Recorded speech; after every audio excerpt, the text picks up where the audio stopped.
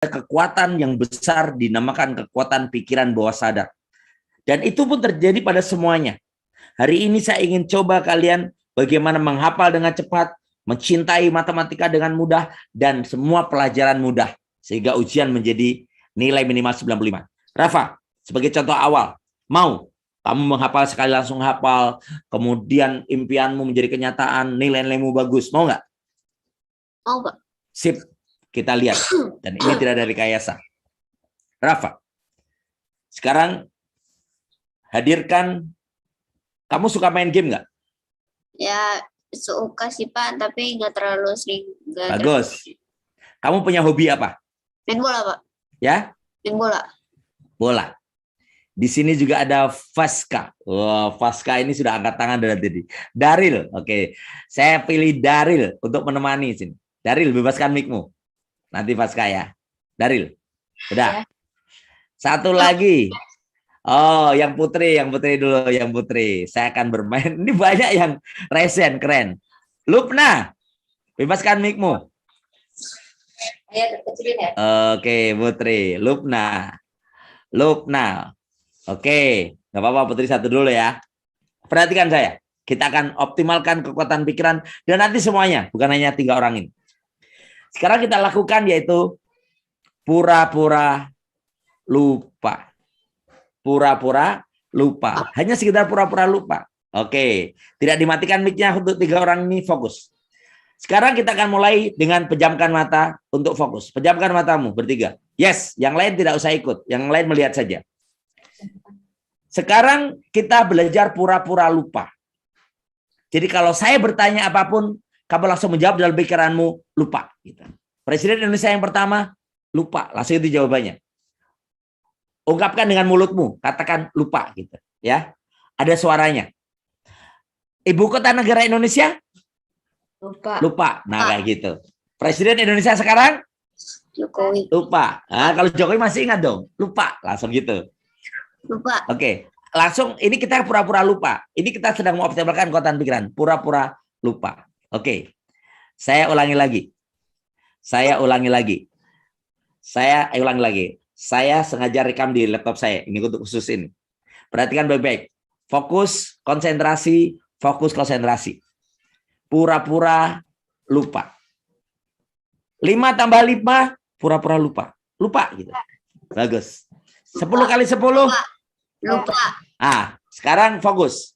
Sekarang arahkan bola matamu ke arah langit-langit atas. Mata tetap terkunci. Mata tetap tertutup. Bola mata ke arah atas. Dan sekarang kita lakukan pura-pura lupa cara membuka mata. Pura-pura lupa cara membuka mata. Semakin kuat kamu berusaha membuka mata, semakin lupa caranya. Semakin kamu berusaha membuka mata, semakin lupa caranya. Dan anehnya semakin lengket. Dan anehnya semakin menempel. Dan anehnya semakin lengket dan menempel. Dan sekarang pada hitungan kelima, lengket sempurna, terlem sempurna, terkunci sempurna. Dan semakin kamu berusaha untuk membuka, kamu benar-benar lupa cara membukanya. 1, semakin lengket. 2, semakin nempel. 3, lengket benar. 4, sangat kuat, lengket dan menempel yang sudah terbuka. Dan 5, benar-benar nggak bisa dibuka. Dan sekarang, Rafa, Daril, Lupna, benar-benar matanya susah dibuka. Coba deh rasakan. Matamu tiba-tiba nggak bisa dibuka. Dan semakin kamu berusaha untuk membuka, semakin lengket dan menempel sempurna. Dan itu terjadi. Semakin kamu berusaha membuka, semakin lengket. Dan Rafa sudah mulai merasakan sekarang bagaimana matanya lengket dan menempel. Daril juga gitu. Lupna juga gitu. Sekarang, Daril gimana matanya? Nggak bisa dibuka. Bagus. Untuk Rafa, 1, 2, 3 buka matamu. Untuk Rafa, buka matamu. Udah, khusus untuk Rafa dulu. Sekarang saya tanya Lupna, bagaimana matamu? Sih. Ya? Ya, rasa apa gitu? Iya. Oke. Nggak apa-apa. Sekarang untuk Lupna, saya kasih kesempatan 1, 2, 3, buka matamu. Cek. Buka, 1, 2, 3. Nah, seperti itu. Sekarang saya hanya butuh sementara ini 1 dulu yang akan saya fokuskan. Yang lain sementara biar saya remove dulu, biar saya fokus pada 1 dulu. Tapi nanti semuanya nanti akan saya ajak untuk merasakan. Sekarang fokus, Daril. Nama panggilanmu siapa? Daryl. Daril. Saya tunjukkan pada teman-teman semua, inilah kekuatan pikiran. Daril, saya tulis di papan tulis di depanmu. Di dalam pikiranmu ada papan tulis. Saya tulis tulisan DARYL. DARYL, betul? Ya. Sekarang saya hapus D-nya. Saya hapus D-nya. Tinggal apa tulisannya? ARYL. A-nya saya hapus. Tinggal apa tulisannya? RYL.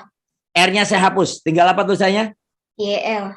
Y-nya saya hapus. Tinggal apa tulisannya? L. Dan L-nya saya hapus. Tiba-tiba nama itu hilang, lenyap. Dan karena hilang dan lenyap, tiba-tiba nama itu benar-benar susah engkau ungkapkan, susah engkau baca, susah engkau keluarkan, karena nama itu benar-benar hilang. 1, 2, 3 hilang. Dan ketika saya nanya namamu siapa, tiba-tiba nama itu blank dan hilang. Itu akan terjadi. 1, 2, 3. Siapa namamu? Dan dia tidak bisa menyebutkan namanya.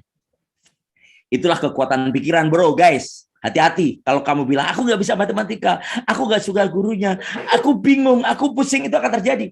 Dan sekarang dia lupa namanya. Dan ini nyata. Dan ini bukan rekayasa. Tapi sekarang saya kasih kamu sugesti, yaitu nasihat.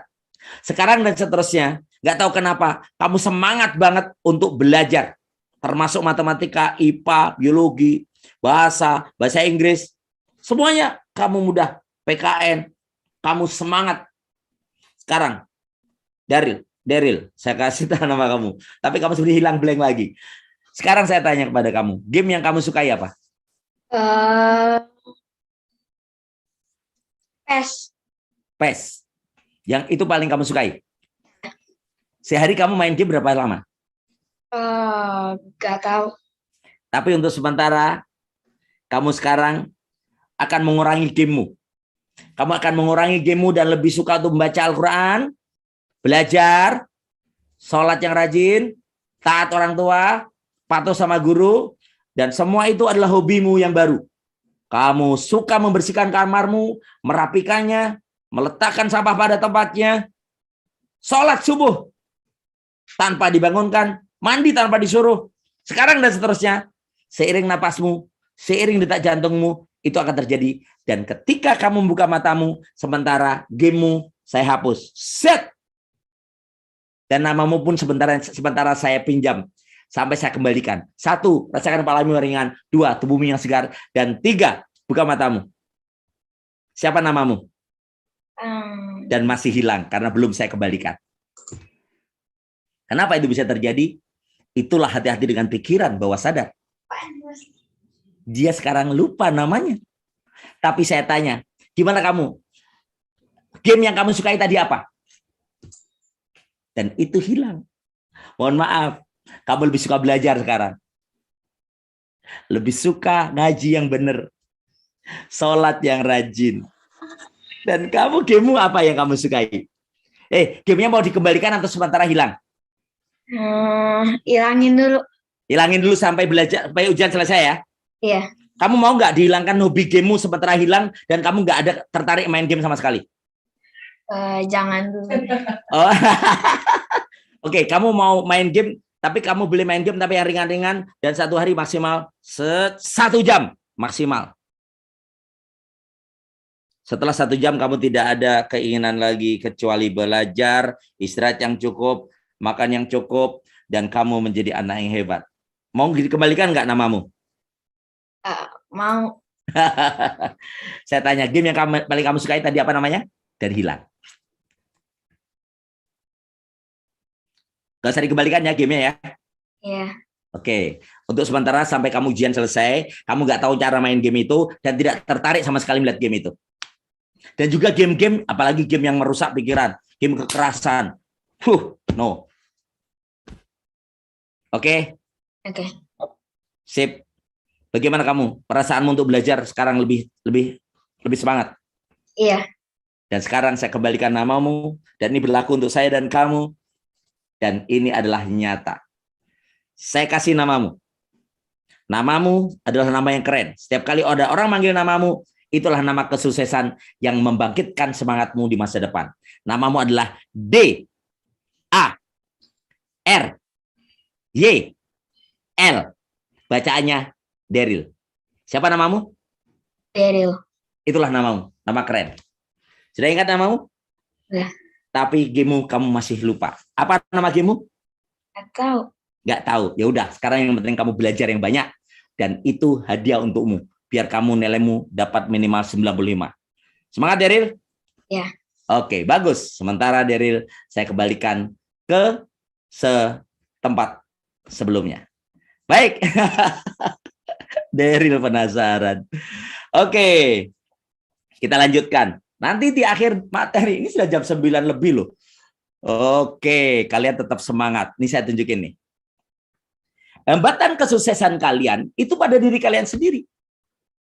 Jadi ketidakmampuan mengontrol pikiranmu akan membuat kamu main game tanpa batas waktu.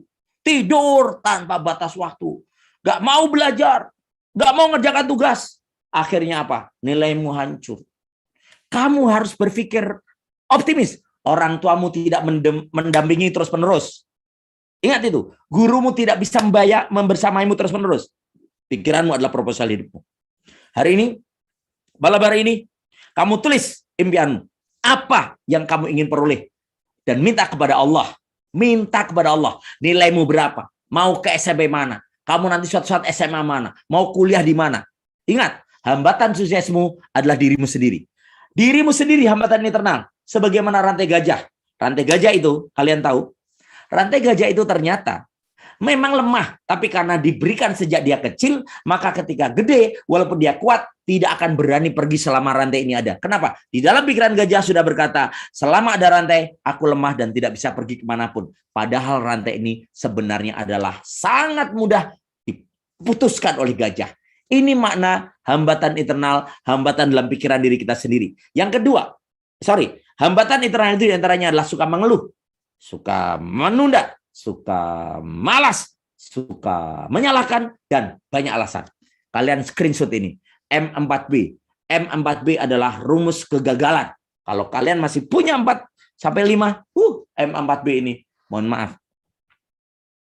Kalian akan menyesal. M4B adalah rumus kegagalan.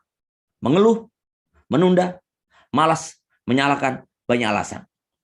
Tapi sahabat yang keren, adik-adik yang cerdas. Ada hambatan selain internal itu eksternal. Hambatan dari luar diri kalian. Teman bergaul, lingkungan kalian, orang-orang di sekitar kalian. Ini persis seperti kutu anjing, bro. Guys, kutu anjing itu tahu nggak? Ketika dimasukkan ke dalam kotak korek api, dia melompat terpentok.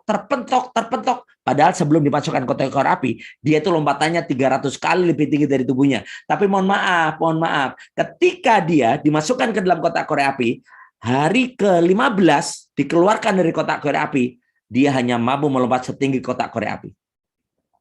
Karena dia berpikir kalau melompat terlalu tinggi, sakit.